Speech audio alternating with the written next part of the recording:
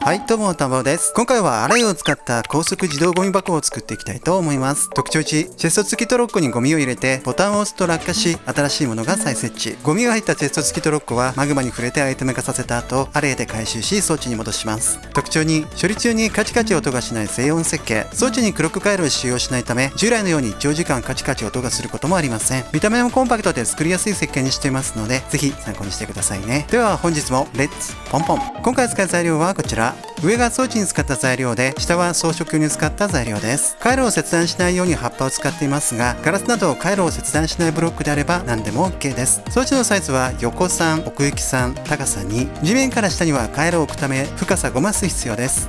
では作っていきましょう。まずは地面を横3、奥行き5、深さ5で掘り下げましょう。ではここから1、2、3マス。次はここから2、3、4、5マス。これを基準に四角く掘ります。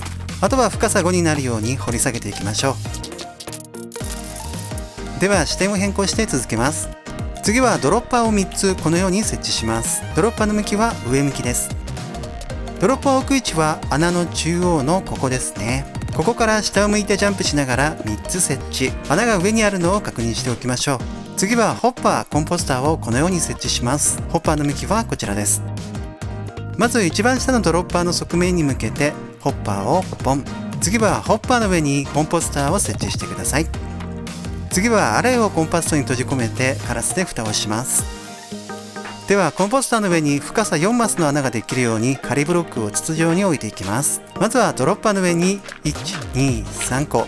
次はこの位置から1、2、3、4。あとは同じ要領でこのように置いていってください。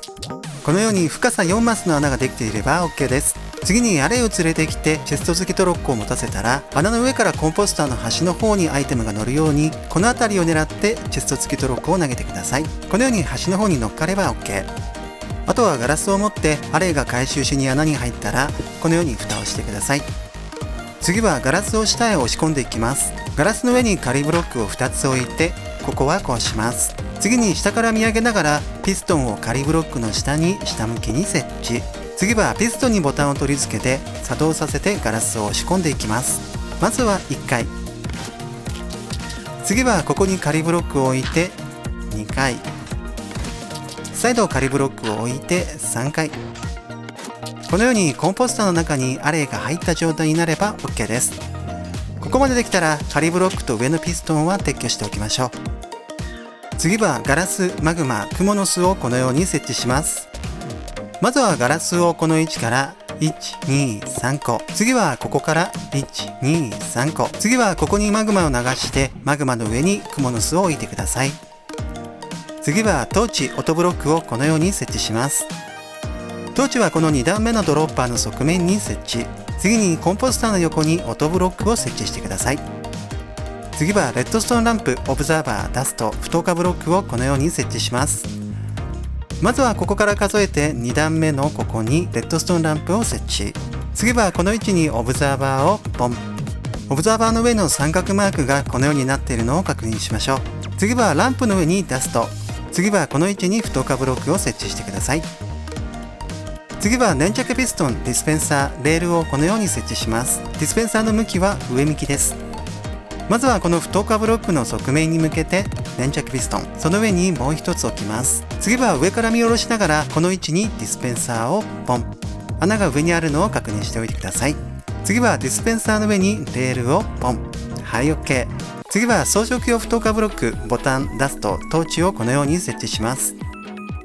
まずはこのレールに向けて装飾用不透過ブロックを1、2個このように置いて、この位置にはボタンを取り付けましょう。次はダストをこことここに設置。次にトーチをこの不透過ブロックの側面とこの装飾用不透過ブロックのここに設置。粘着ピストンが伸びてディスペンサーとレールが前に押し出されるので確認しておいてください。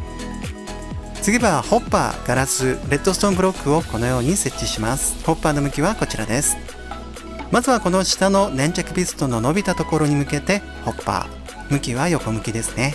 次はガラスをここ、レッドストーンブロックはディスペンサーの隣に置いてください。次はドロッパーの中とレールの上にチェスト付きトロックを設置します。まずは下に降りてドロッパーとホッパーの中を確認。このように何か入ってしまっている場合は取り除いておきます。中が空になっていることを確認できたら、ドロッパー3つにチェスト付きトロッコを1つずつ入れていきます。最後にこのレールの上にもチェスト付きトロッコを設置しておいてください。はい、これで装置の仕組みは完成です。では動作チェックです。まずはこのチェスト付きトロッコの中に適当なゴミアイテムを入れてボタンをポン。するとチェスト付きトロッコが落下して新しいものが設置されます。下に落ちたものはマグマに触れてアイテム化。クモの巣に引っかかってゆっくり落下していきます。ゴミが処分されたらこの一番下のドロッパーの中を確認。中にアレイが拾ったチェスト付きトロッコが入っていれば OK です。では装飾をしていきましょう。まずはフットカーブロックを置くと回路に異常が出る部分があるので、このトーチの上とこのダストの上には葉っぱを置いておきます。次は穴を押さえていきます。あとは回路が隠れるように周りを葉っぱで囲っていきます。上には苔のカーペットを置きました。前面は額縁とアイテムを貼り付けておきました。はい、今回はこんな感じです。使用する際の注意点としては、このように連続でボタンを押してしまうと、このようにチェスト付きトロッコが横に押し出されてめり込んでしまうので、20秒程度は間隔を空けるように使ってくださいね。はい、今回はアレイを使った高速自動ゴミ箱を紹介させていただきました。高評価、チャンネル登録で応援よろしくお願いいたします。田んぼでした。ではまた。